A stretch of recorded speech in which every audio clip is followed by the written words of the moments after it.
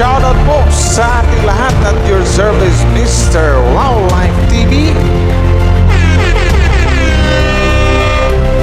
Please do support and subscribe. Walang iba po ang ama ng Kalingap, Kuya Val Santos Matubang, Boss Kalingap Rav, at ating Inna Vlogs. At please do support sa lahat po ng mga Kalingap charity vloggers or Kalingap partners. Once again, at your service, Mr. Wildlife TV, your Mr. Goodbye.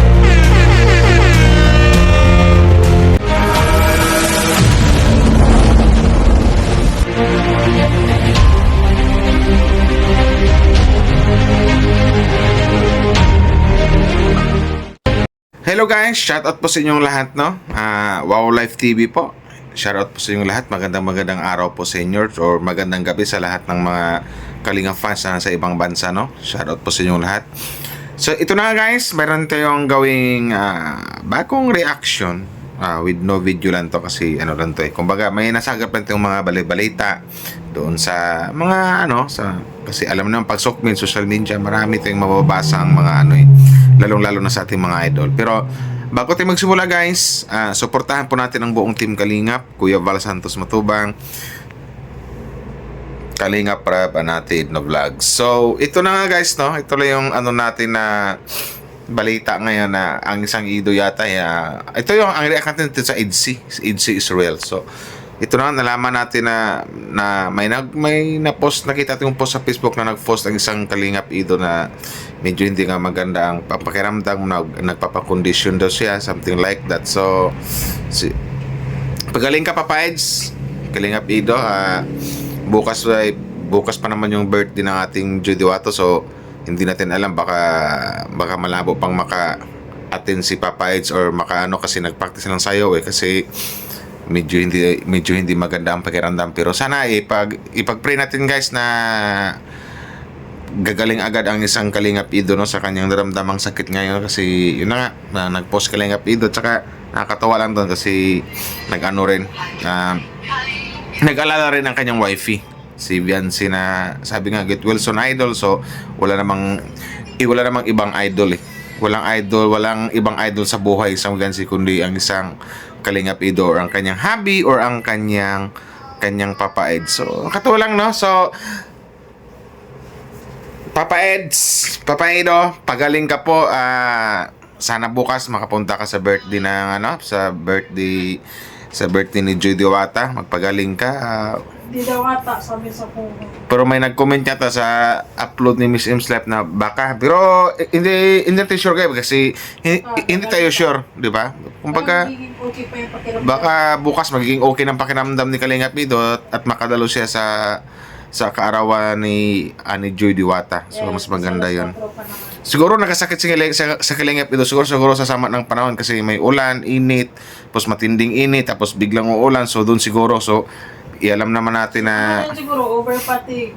siguro na overpatig din isang Kalingap ido kasi alam naman natin lahat na kung gaano kasipag ang isang Kalingap ido pagdating sa pag-scout, sa pag-charity.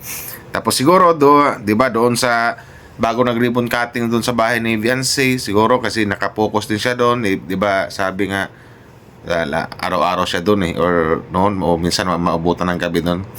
So yun na nga. So siguro natamaan ng love knot. So kulang na siguro ng kispirin nyo yun, Papa Eds ng kispirin or yakapsul ng wifey mo siguro, no? Sabi, di lagnat sakit ni Eds, masakit daw yung kabila ng dibdib, nahihirapan daw siya makatulog at magsalita. Kaya bukas sa birthday ni Joy, di siya hindi lagnat yung ni Kalingap ido. Saan mo nabasa ang comment na yun? I think kay dito sa upload dati Dia. Masakit daw yung dibdib. So hindi pa tinam guys kasi wala pa namang post si Kalingap ido. Sa birthday ni Joy, di siya makakatin, parang pila yata daw. Akin na nga, ako magbasa dito. Akin na basa natin guys. Kasi alas 4 pa naman yun eh. Baka maganda yung pakiramdam.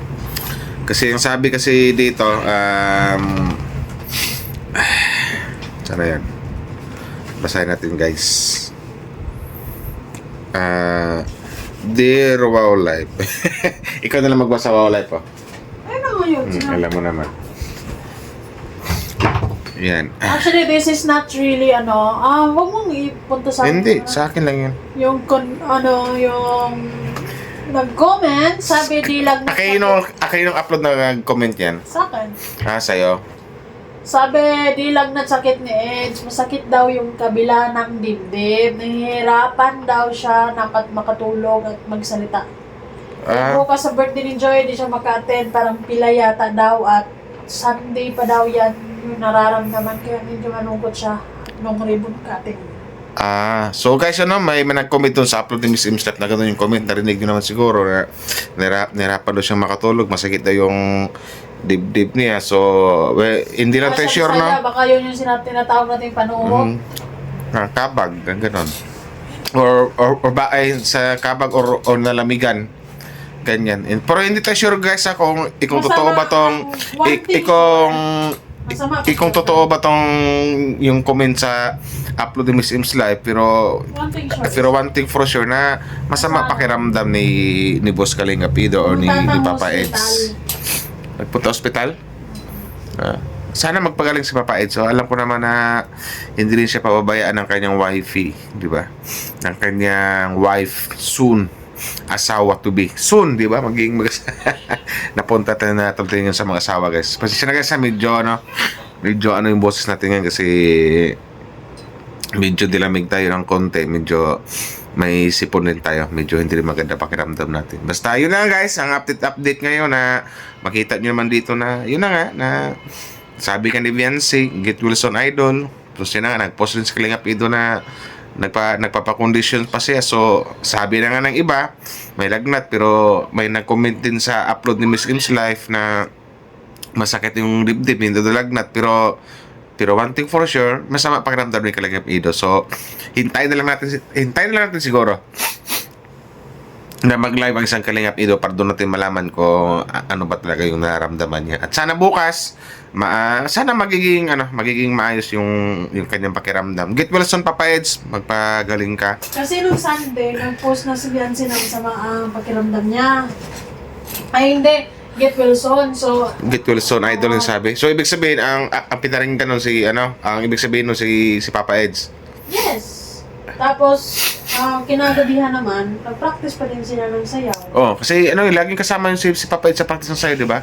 Para sa birthday ni Joy. So kumbaga, feeling ko parang dinala-dala lang niya hanggang sa baka yung guys, baka nalamigan, ganyan. Kasi sa sobrang sipag kasi ng Kalingap Ido masipag na bata talaga yan. Hindi mo mano.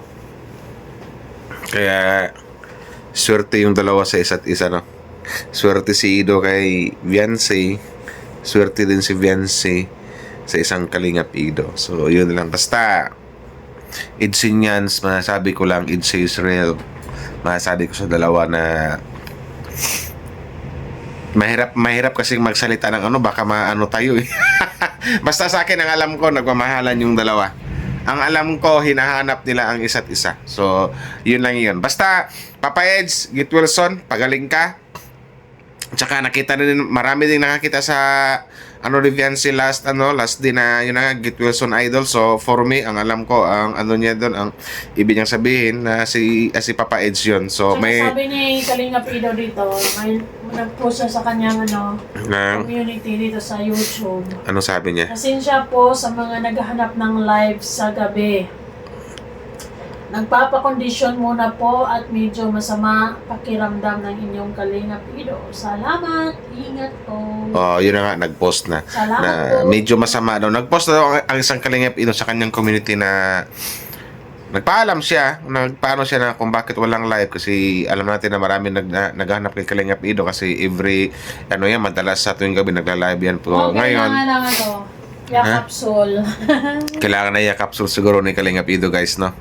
At saka kiss pa rin galing sa kanyang wifey na si Viancy. So yun nga, nag-post nga daw isang Kalingap Ido na yun na nga. Ilagay ko na lang sa thumbnail guys para para mabasa nyo na rin kung ano yung post ng Kalingap Ido. Basta Get Wilson, Papa Eds, pagaling ka. Sana bukas makapunta ka sa birthday ni Joy pag magaling ka na, pero pag hindi pa kaya, huwag nyo po munang apilitin. Mas importante pa rin yung tawag nito, gagaling po kayo. So, yun lang po. So, maraming salamat po sa inyo, no, sa mga sa lahat mga udsinyas na nakasupport kay Wow Life TV tsaka kay Miss MC Life. Thank you very much po sa inyo. So, EDC is real. Basta yun lang masasabi ko. Tunay na nagmamahalan yung dalawa. Tunay na mahal nila ang isa't isa. About basher, never mind the basher. Don't mind the bashers kasi ganun talaga. Ako na lang yung mag-entertain sa mga bashers pag medyo masama na yung mga pinagsasabi. Ako na lang yung bahala nga harap sa kanila. Pero kung kayong mga fans, focus lang sa dalawa kasi alam ko naman na sobrang kilig ang naramdaman nyo sa dalawa talaga. So yun lang. Hindi lang kayo, kundi pati kaming mga reactor, lalo ako. So yun lang. Punasan ko lang kasi medyo basa yung dito ko banda. Parang may tumutulo. Joke lang. So, yun lang guys, no? Maraming salamat sa mga nag-like and share. Thank you very much po sa inyo. Wow Life TV at your service. Maraming salamat po sa buong Team Kalingap. And get well soon, Papa Eds. And happy birthday, Joy Diwata. Bye-bye! Maraming salamat sa mga nag-like and share. Thank you.